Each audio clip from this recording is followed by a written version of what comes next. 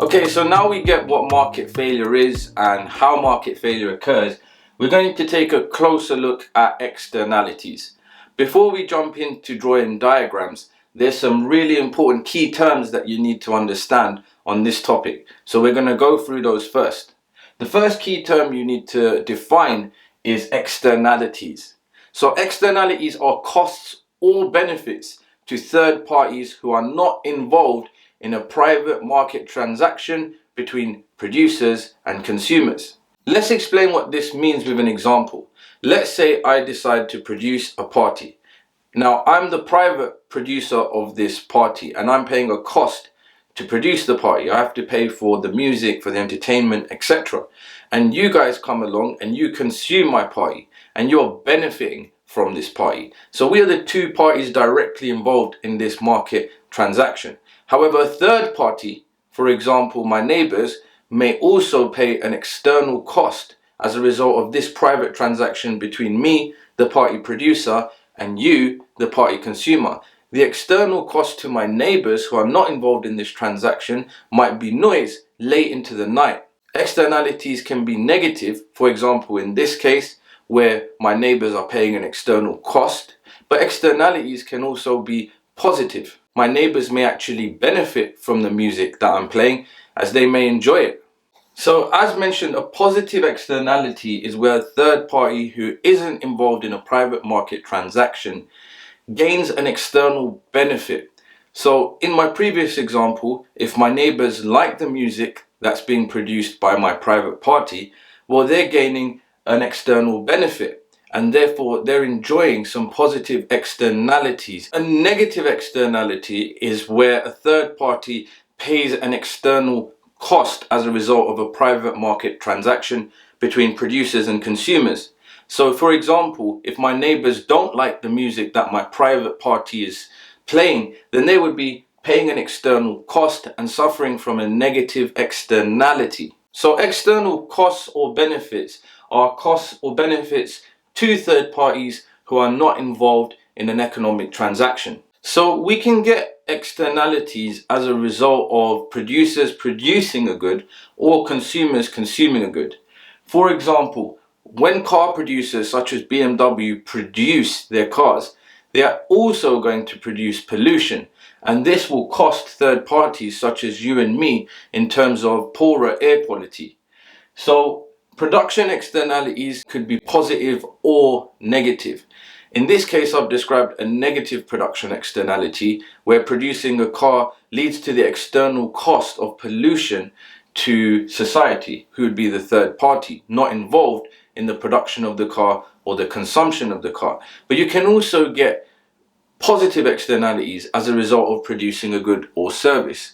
This one's a bit weird, but for example, when you produce honey, the bees that produce the honey may also pollinate flowers in the local area, leading to a more beautiful landscape, for example. So the production of bees here has had an external benefit to third parties not involved in the production of honey or the consumption of honey. That external benefit here is a more beautiful area to live in. A positive production externality leads to external benefits when a producer produces a good or service. However, a negative production externality leads to external costs when a producer produces a good or a service. A consumption externality, on the other hand, is where the consumption of a good or service has external costs or benefits to third parties not involved in either consuming the good or producing the good.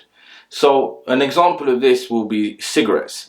If I'm, for example, consuming a cigarette, well, that's going to have an external cost to the person next to me who may smell or inhale my passive smoke. Therefore, when consuming a good leads to external costs to third parties, we say that there are negative consumption externalities. But when consuming a good or service leads to external benefits to third parties, we call these positive consumption externalities. An example of this might be healthy food. As a result of me consuming more healthy food, well, there could be external benefits to others who aren't eating healthy food. They may have to pay lower taxes to treat illnesses, for example, related to people eating unhealthily. So before we jump into drawing some diagrams to illustrate positive and negative externalities in production or consumption of a good or service, you need to know a few more definitions to understand what these curves actually represent. So the first curve that you need to know the meaning of is the marginal private cost curve. So what does marginal private cost actually mean?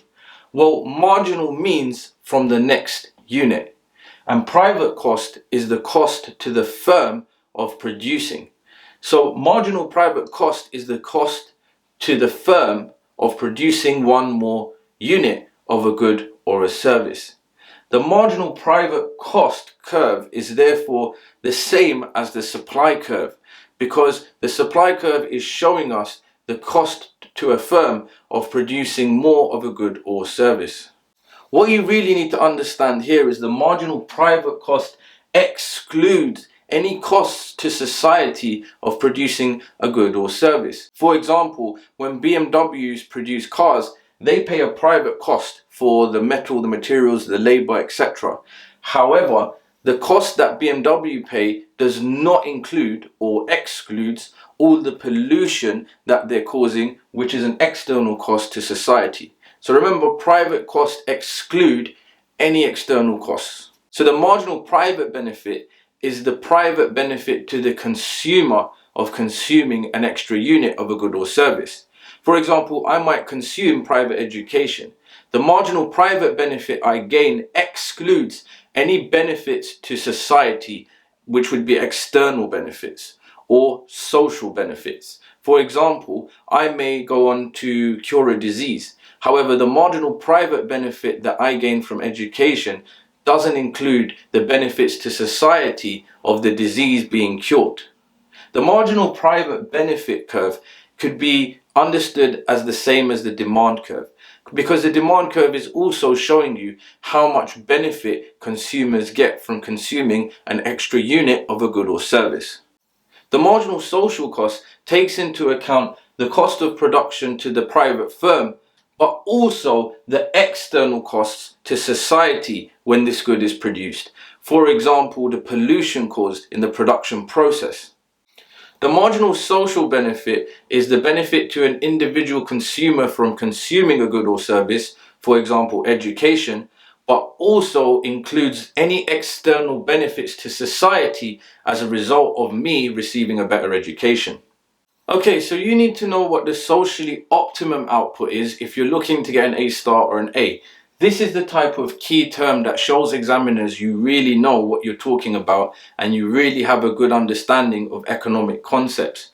So the socially optimum quantity is the quantity that the market would produce and that consumers would consume if overall social economic welfare is to be maximized. I'll explain what maximizing social economic welfare means with an example. If you remember our party, I'm the private producer, you guys are the private consumers of the party. But if you remember, our neighbors next door were paying an external cost.